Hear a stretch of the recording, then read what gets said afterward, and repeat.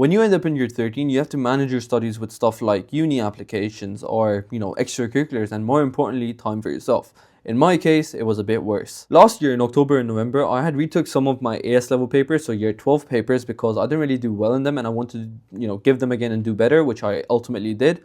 But at the same time, I also had IELTS, mocks up coming up in November. I had my extracurriculars, all the while going to the gym and trying to stay consistent with YouTube. And that was probably the most intense period of my life because I had so much going on that I barely had time for anything. So when you have this much going on, it is highly likely that you end up exhausting yourself and hence burning out. And this is not something that is uncommon. It happens to almost every single A-level student when they come to year 13. So how exactly do we stop this burnout? Well, I'll give you 4 tips in this video that I used last year to avoid getting burnt out while this intense period was going on.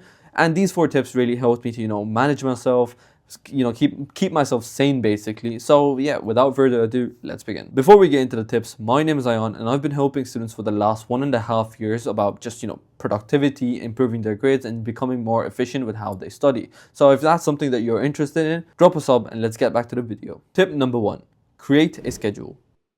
When you plan your week in advance, it basically allows you to know exactly what you're going to be doing on what day of the week. So for example, if I sit down and make a calendar every single Sunday for the next week, what that will allow me to do is, let's pick a random time, Wednesday 7 p.m. I will know exactly what I would be doing at Wednesday 7 p.m. So it reduces your stress, makes you more productive. It reduces your stress in a sense that, when you finish a task, you won't have to necessarily go through the mental burden of deciding, oh, should I study chemistry next? Should I study maths next? Because you already planned that stuff out on Sunday. Another important thing to consider when you're making a timetable is to include breaks. So what usually happens is that we make everything, we put gym, studying, whatever, but we forget to include breaks. So what we think is breaks aren't that important, so whatever time we have left is a break. That's not how it should be. Breaks are essential for your mind, for your body, for everything. So what you're going to do is every single day, you're going to schedule out 2 hours at least to yourself. Now, I know that sounds a bit like, oh, that's like a pussy mindset basically, but it really isn't. 1 hour a day to yourself is all you need to keep yourself sane. Because if you're working every single day of the week, 24/7, you are going to get burnt out because you're not going to be able to do anything you're actually enjoying. Now, when I say take 1 hour off, I don't mean go and doom scroll in that 1 hour. No, that's not what I mean. What I mean is that if you have a hobby, so for example, if you like reading books, then go read books in that 1 hour every single day. If you like doing other stuff, do that. If you're working on a business or a website or a project, do that. You don't necessarily have to waste your time in that 1 hour. Just do something that will help you ease off and actually make you happy. Now, tip number 2 is prioritizing tasks. Now, there's a productivity technique in the self-improvement community about eating the frog. Now, you're not necessarily literally eating the frog. It's basically a concept where you get a choice to either eat the frog before dinner or after dinner. And the correct choice is before dinner.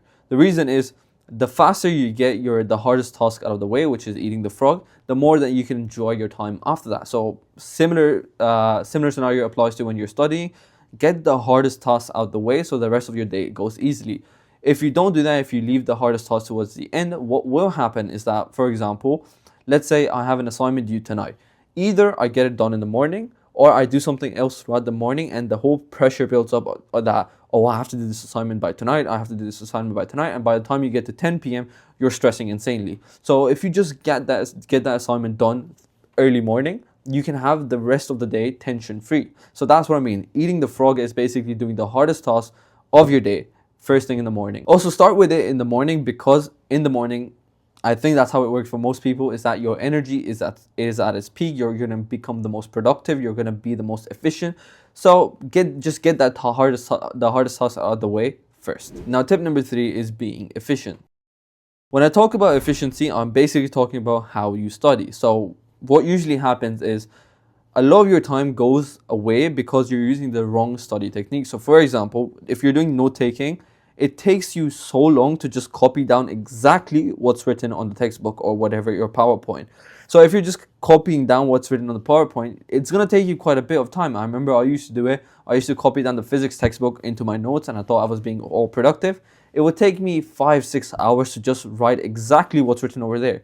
Highly unproductive, time consuming. That's also a reason you get burnt out because you're using the wrong study techniques, which end up basically taking more of your time, which leaves you with less time to yourself and hence you getting burnt out. So what should you do? Well, it's quite simple. You should use the correct study techniques. The ultimate study technique is one that consumes less of your time but gives you the best results. And I can only think of two examples on this: active recall and spaced repetition. I have talked about both of these in a lot of detail, and I'll leave the two videos where I talk about active recall and spaced repetition in the description below. You can go ahead and check it out. But these two are the ultimate study techniques which take up less of your time and give you the most impressive and the best results. Now, tip number 4 is sleep, and I think this is one of the most underrated techniques if you don't want to burn out. What typically happens is that you have so much work on your plate that you end up sacrificing your sleep to do more of that work. Instead, it should be the complete opposite. If you have work left, leave it. Genuinely leave it and go to sleep and complete it first thing in the morning. It is much better if you go to bed early than to sleep late. The reason I say sleep is so essential is because when you go to sleep, there's something called the REM cycle, which is where whatever you've learned throughout the day, your brain is processing it and storing it in your brain. Now, if you don't end up getting sleep, your brain is going to miss out on the content that you've learned. So basically, whatever you've learned, you're losing the information straight away. Also, that is what spaced repetition helps with. Once you it impacts your forgetting curve. Now, I went completely off topic there, but basically, sleep is essential. Not only does it improve your physical body, it also improves your mental. And when you get a good night's rest, you can wake up the next morning and feel energized, feel better, and you can just, your performance will be much better if you get a good night's rest. I would say personally aim for 7 to 8 hours because that is the most accurate scientific number if you want to get a decent amount of sleep. 7 to 8 hours is perfect. Also, one more thing, there's a big difference between sleeping at 10 p.m. till 5 a.m. and sleeping at 3 a.m. to 10 a.m. because the quality of sleep is different. Even though you're getting 10 hours of sleep in both, the quality of sleep that you're getting is much better when you sleep from 10 p.m. to 5 a.m.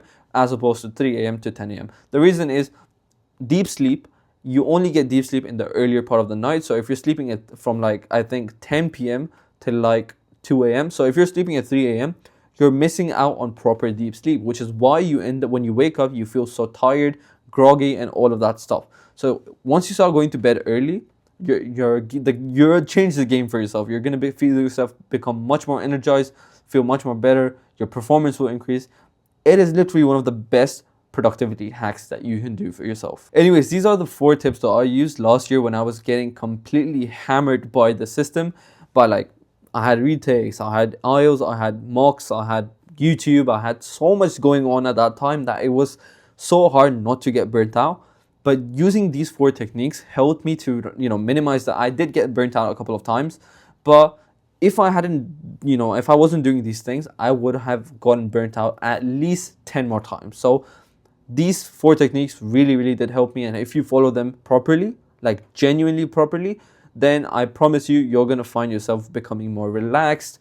You won't stress as much, and you're just not going to burn out as much as you would, as opposed to, if you were not to do these things. Anyways, I really hope that you enjoyed this video. Please go ahead and leave a like. Subscribe to the channel. I really, really, really want subscribers.